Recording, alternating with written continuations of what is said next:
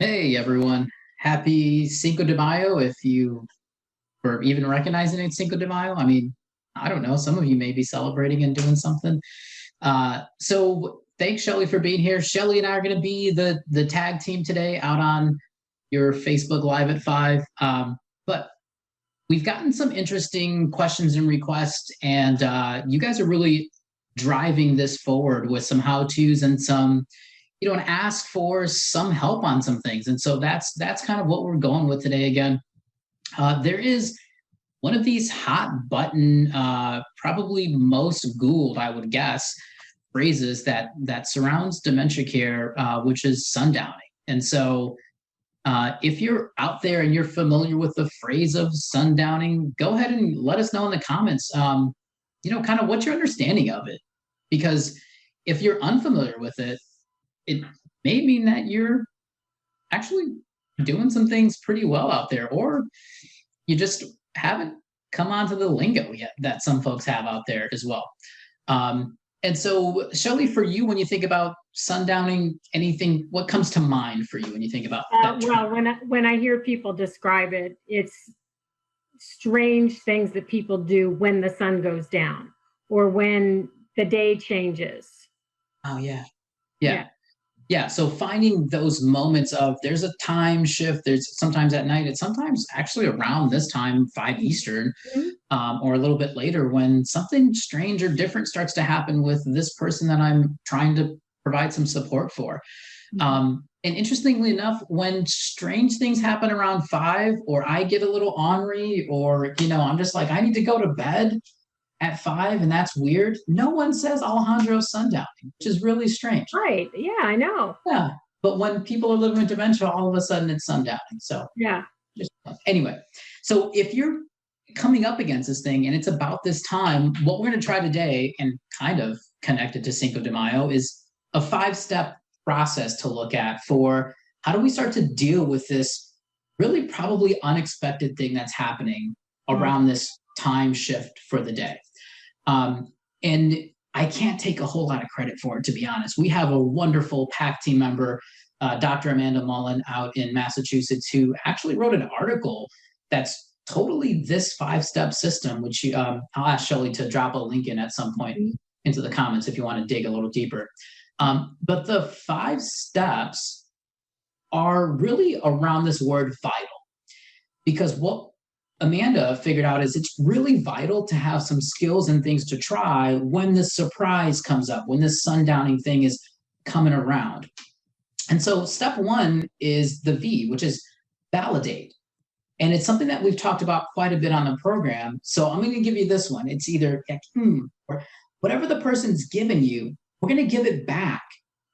So if Shelley hears me say, hey, I need to get out of here. Hey, you need to get out of here. Yeah.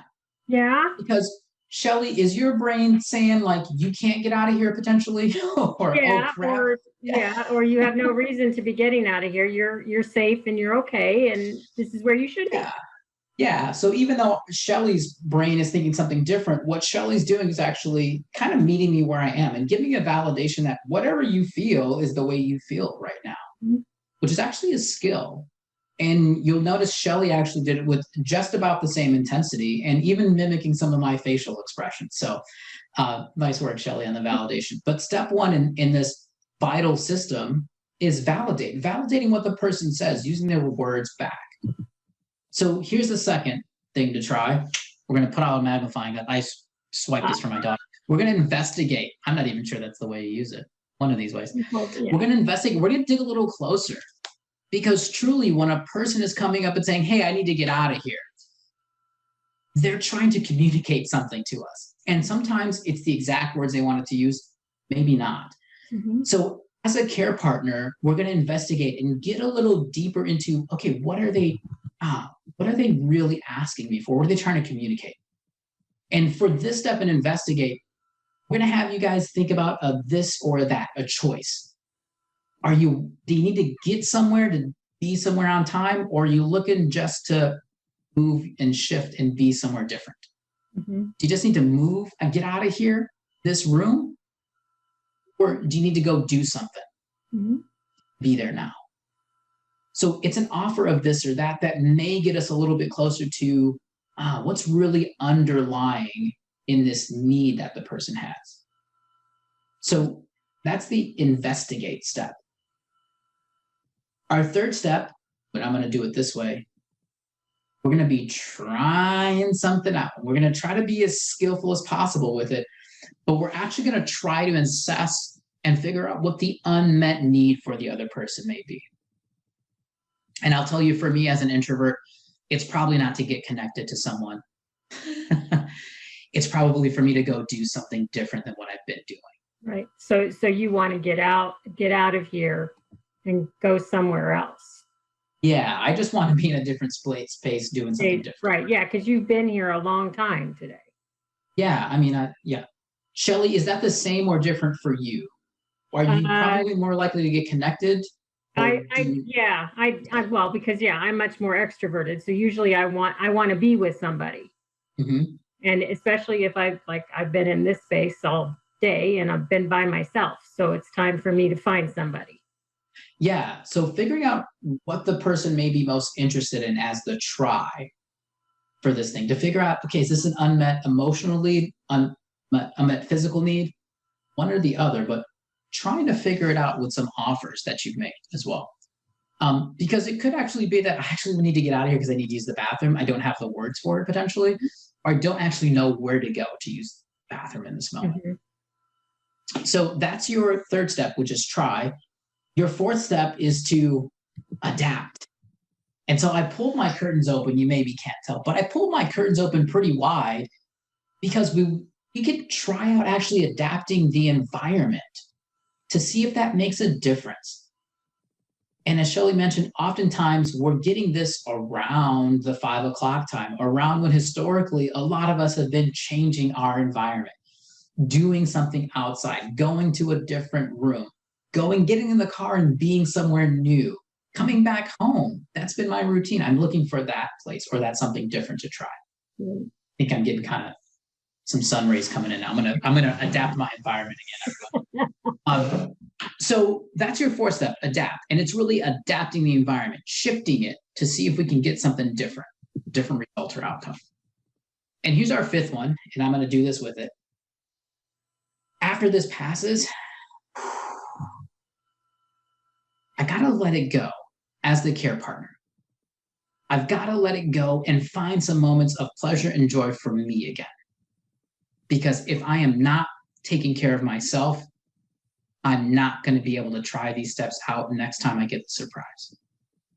And that is a really, really hard step to do. And it's a really, really difficult one in the time and the place that we're at for a lot of us.